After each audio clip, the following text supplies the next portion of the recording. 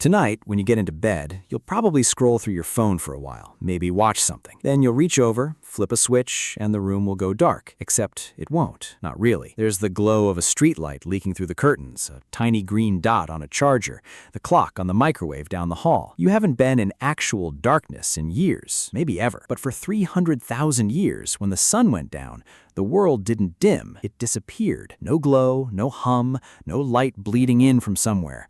Just black, so total that you couldn't see your own hand in front of your face, and your ancestors didn't just sit through it, they built an entire world inside of it. Let's start with what night actually meant before fire, because we romanticize it. The stars, the quiet, the peace. It wasn't peaceful. It was the most dangerous part of every single day. When the sun dropped, everything that wanted to eat you woke up. Leopards, hyenas, wolves, they all had one thing in common. They could see in the dark. You couldn't. Your eyes are essentially useless at night compared to almost any predator on the savannah. So you did what every other primate did. You climbed a tree or found a gap between rocks, and you stayed completely, perfectly still. You didn't move. You didn't make a sound, because making a sound in total darkness was the same thing as shouting, "I'm right here, come get me." Everything with teeth within 100 meters. That was night. Every night. For hundreds of thousands of years. Then fire changed everything. Not slowly, not gradually, everything all at once. The earliest solid evidence of controlled fire goes back roughly 1,000,000 years, long before Homo sapiens even existed. But whenever your ancestors first managed to keep a flame alive through the night, it rewrote every rule of what darkness meant. A campfire creates a circle of light about 30 feet across. Inside that circle, nothing will touch you. Outside it, you're on your own. That's not dramatic.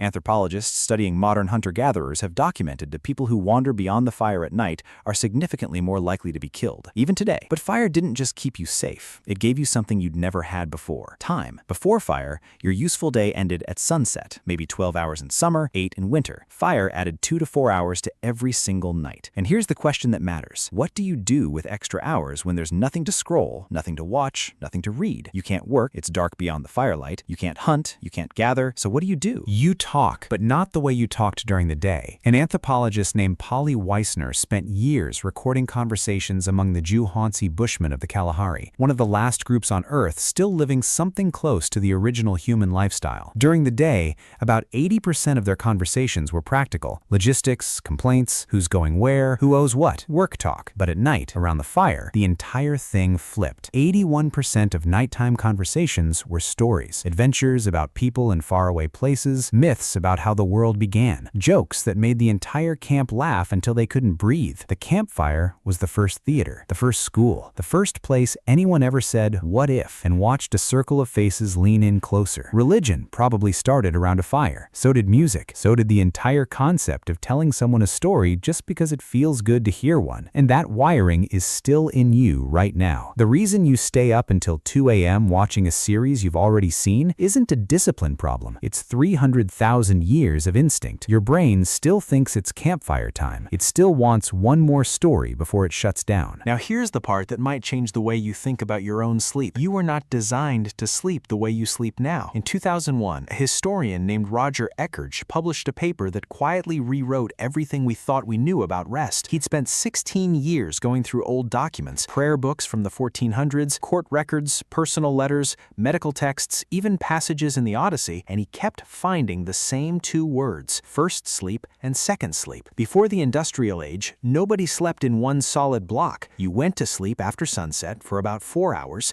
then you woke up. You stayed awake for an hour, maybe 2 in the dead of night, then you slept again until dawn. This wasn't insomnia. This was normal. This was how every human on the planet slept for thousands of years. And during that quiet hour in the middle of the night, people did something almost none of us ever do anymore. They lay in the dark and just thought. They prayed. They talked softly with whoever was beside them. A French physician from the 1500s wrote that it was the best time for a couple to conceive and also the best time for reflection because the mind was calm in a way it simply never was during the day. Then in 1992, a psychiatrist named Thomas Ware ran an experiment that proved all of it. He took volunteers and stripped every source of artificial light from their lives for a month. Within weeks, every single one fell into the same ancient pattern on their own. 4 hours of sleep, a quiet, wakeful window, then 4 more. Nobody told them to. Their bodies just remembered. And during that wakeful period, their brains were producing elevated prolactin, the same hormone released during deep meditation. They described feeling peaceful, reflective, present in a way they'd never felt during regular waking life, an entire state of consciousness sitting dormant inside all of us, and we buried it under a light bulb. There's one more thing about the night we've completely forgotten. For most of history, it was terrifying, not just in the wild, but in cities. In medieval Europe, walking outside after dark without a lantern was illegal in many places. Night was when crimes happened, when people were robbed and murdered, when every ghost story and superstition you'd ever been told felt absolutely undeniably real. The word curfew comes from the French couvre-feu, cover fire. A bell would ring and every household had to put out their flames. Night was meant to be dark. Night was meant to be feared. Half the monsters in human mythology are creatures of the night, and that's not a coincidence. It's memory, 300,000 years of knowing that something was out there, just beyond the reach of the flames, watching you. And then, in less than 2 centuries, we killed it all. Gas lamps, Edison's bulb.